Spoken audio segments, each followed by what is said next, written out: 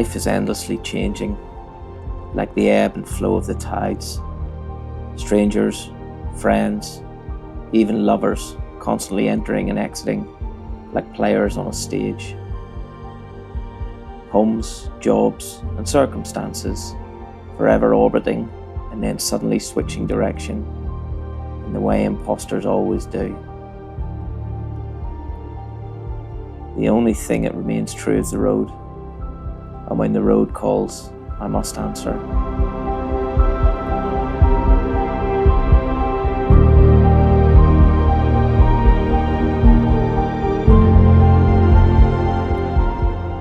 Someone once said, motorcycles are my therapy, and my helmet is my psychologist. And that's not just a supposition, that's a fact.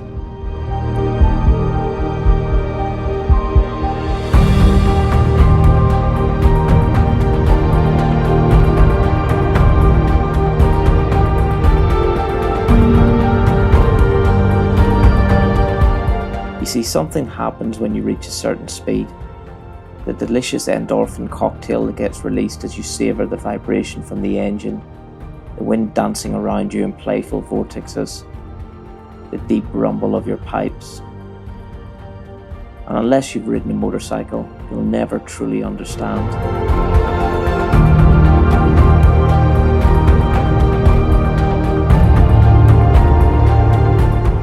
So this is a journey I'd made a few years previously. The 250 miles from Essex to Liverpool are going to be motorway miles. There are no shortcuts, no rat runs, no curves. It's just a case of throttling down and riding hard. One eye on the road, the other on the mile counter as it slowly counts down.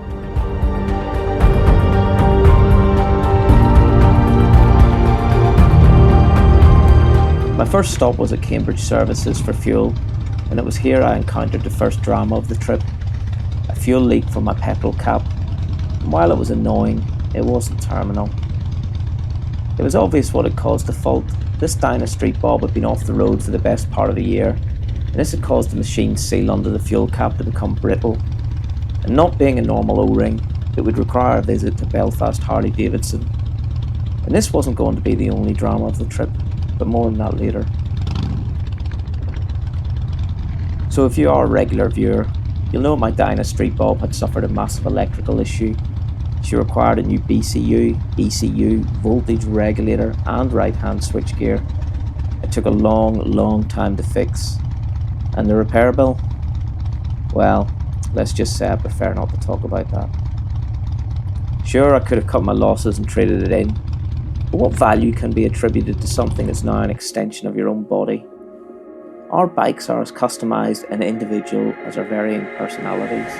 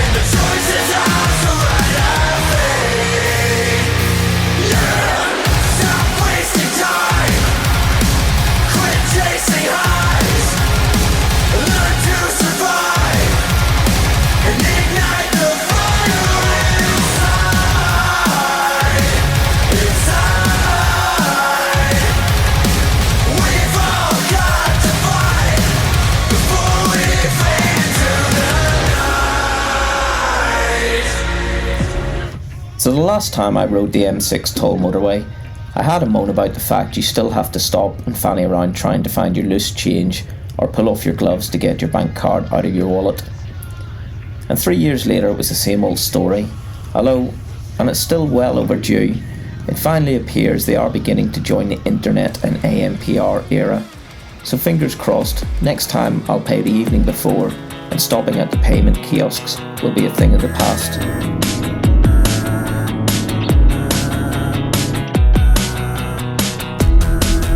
Now, we'd just experienced a week-long heat wave, which even came with its own health alert. But of course, as soon as the weather gods heard me zipping up my bike jacket, they decided to send in the clouds. And, in a total reversal, while the same ride 3 years previously had been ridden in stifling heat, this ride would be a case of shower dodging.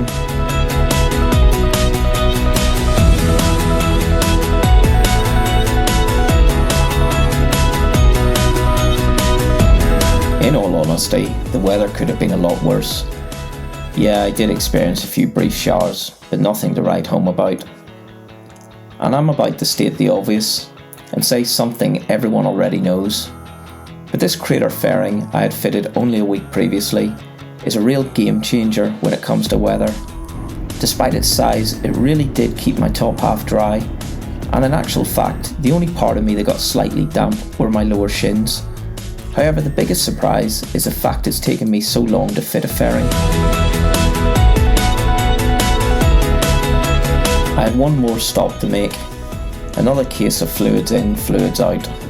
Then it was a straight run to Liverpool. And yet again, I got a knee full of petrol from my spent fuel cap seal. And I know some will say I should have stopped and switched off, but in all honesty, the spilled fuel evaporated so quickly it never became an issue. And once I'd got a couple of miles down, the fuel level had dropped enough to stop leaking.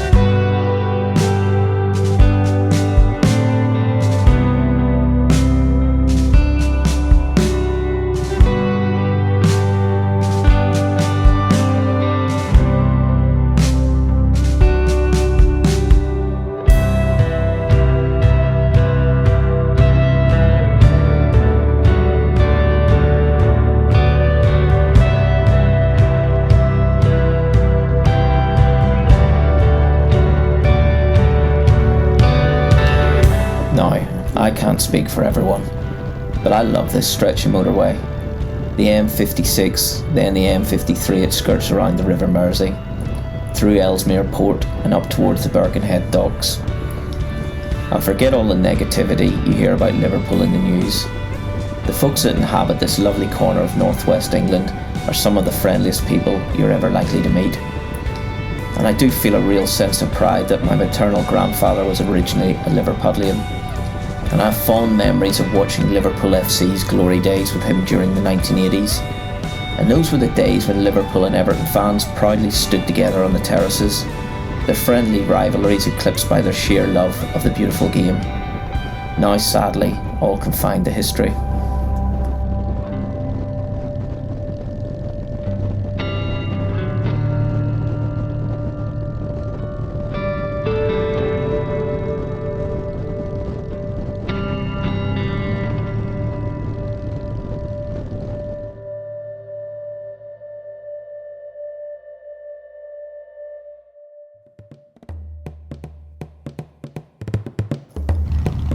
And on the subject of football, you may be wondering what I was thinking of by getting to the ferry terminal several hours early.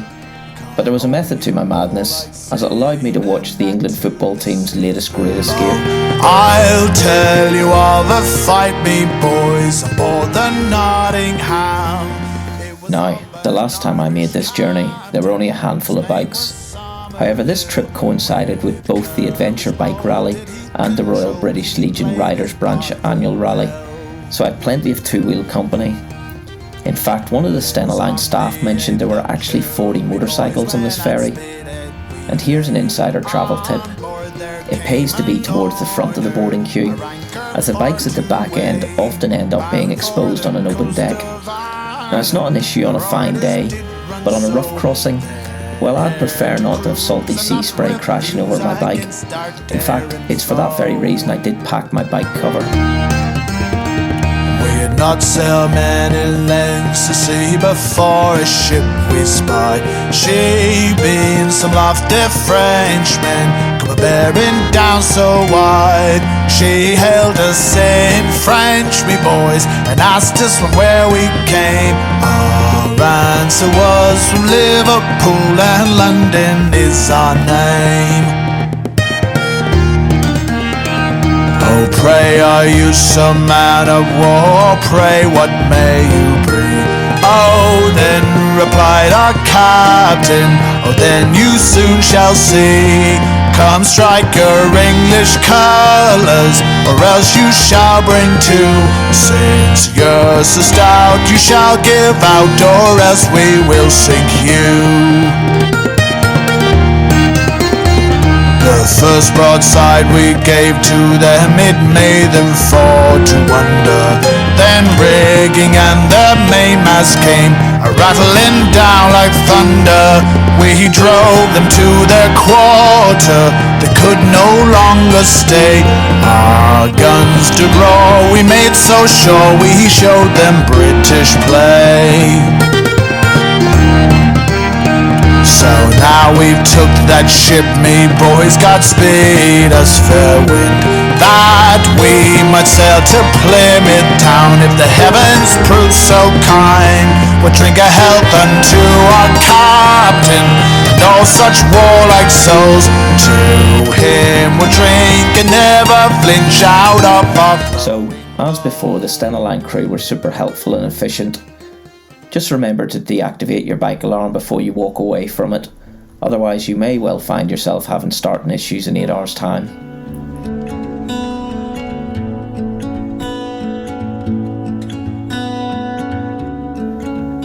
So this being a night crossing, I had pre-booked a cabin. It was a basic cabin and not one of the Sea View upgraded cabins. However, at approximately £60 I considered it money well spent. Right folks, I'll give you a quick tour. So this is a 4-bunk cabin, because it folds down obviously. So it's just me in here tonight. So it is what it is really. Main thing is, and I didn't realise this until I looked at other videos, you actually get your own shower and toilet. I thought maybe just get a simple toilet and that's it. So I'll have to shower in a bit, check it out. I mean, it's absolutely spotless. You got a little TV. What else have you got? A little wardrobe area. We're only on here for 8 hours if that, so I don't think I'll be unpacking. Yeah, quite pleased. And you got your heating and aircon if you want that. So to be honest, I'm pretty knackered, so I'll probably just get an early night, go and have something to eat. Once I dumped my kit in the cabin and set about transferring the ship's power storage into my camera batteries, I went in search of dinner. Here I went for a burger which was served with fries, so it cost approximately £16, which is roughly equivalent to restaurant prices, and I have to say it was actually a really good burger.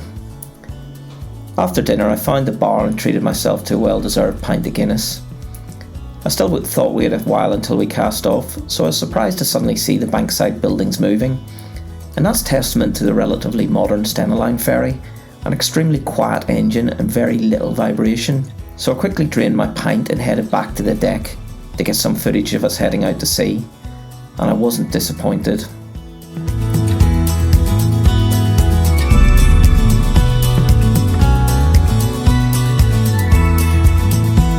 Alright troops, it's just coming up to 11 PM. We've been on the go now for half hour or so. I've got to say, I know it's not like this on every crossing, but it is really smooth. Just lying here you can feel a very slight vibration from the engine, but apart from that, nothing. It's like being in a hotel room. I've set my alarm for give me enough time to get up and have a shower in the morning, and I've made the strategic decision to sleep in a t-shirt and pants, because you never know. Anyway folks, so if there's no icebergs or nothing else untoward, I'll see you in the morning. Night.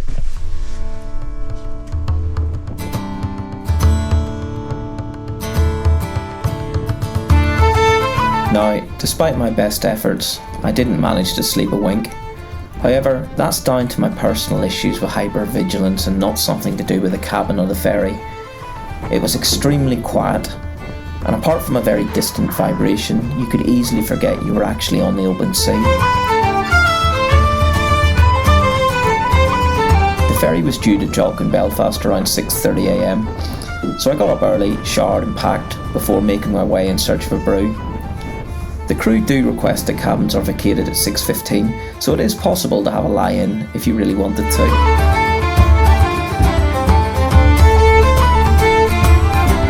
Now, the one thing with being on first is it usually means you're one of the last off.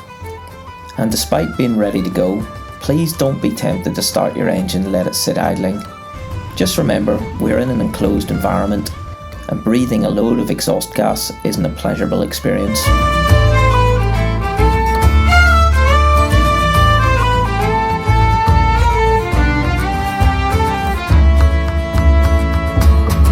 Belfast greeted us with its usual weather. Rain, which got progressively heavier as I headed further north from Belfast. But I wasn't too bothered, as I'd only a 20-mile or so ride to my parents, and the promise of an Ulster fry, followed by a few hours kip.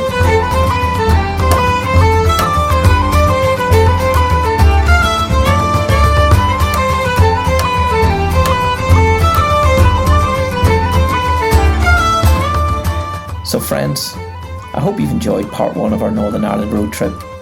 Please like and subscribe and hit that notification bell so that you don't miss part 2. And this will be a ride around Belfast, and yes, it will include the infamous West Belfast. So until next time, off the beaten trackers, ride often and ride safe.